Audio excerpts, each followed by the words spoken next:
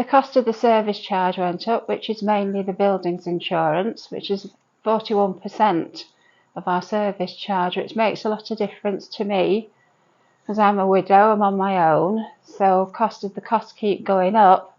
It'll mean that I'll probably have to move. We paid less in a year in a house than we're paying in a month here. Where's the fairness in that? Hi, it's Harry Scoffin, Commonhold now and Leasehold for real home ownership. Today, we're in the super marginal constituency of Bolton North East, and we're in the much talked about Red Wall, which is fantastic. And the MP is Mark Logan. He's hanging on just by 378 votes. And what we're wanting to say to everyone watching this video is the leasehold scandal is ruining people's lives beyond London. And it's not just affecting first-time buyers like me, my generation. Today, we're going to talk to Julia and Rosemary, and they are of that generation where this is going to be their last home. But instead, it's been full of stress and full of worry. Julia, how's it going? Hi Harry, come in. Lovely, thanks very much. When their daughter left home, Julia and her husband did what successive governments keep telling their generation to do. So we sold our family house, which was a 4-bedroomed house, came here, we downsized.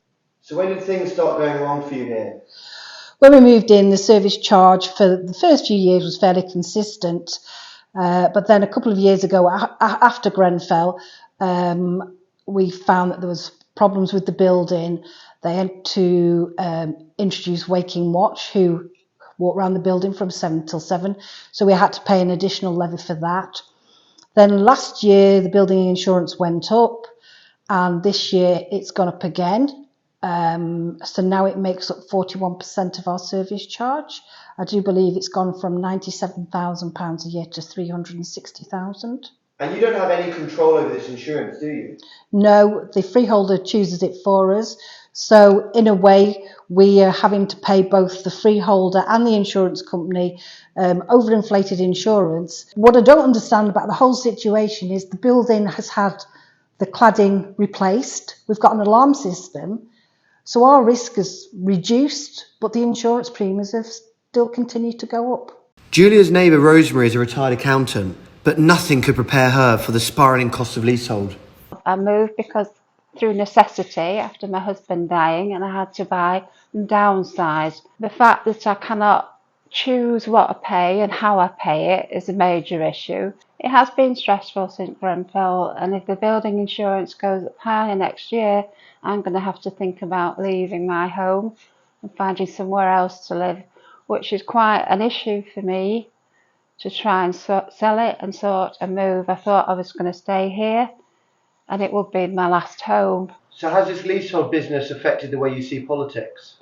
Definitely. I've always voted Conservative in the past, but this leasehold is having effect on how I will vote in the general election. By now, word had got out that Commonhold now were on the estate. And as we were leaving, George, a young first-time buyer, insisted on telling us his story. In 2019, I was living down south, trying to make a bit of extra money to save for a deposit to come back home. And I found this stunning building, an old cotton mill. And it was my first property. And I moved into the flat and everything was great. It was a beautiful sunny day like this, I think. So when did things start getting serious for you here? Well, my service charge started at £115 a month.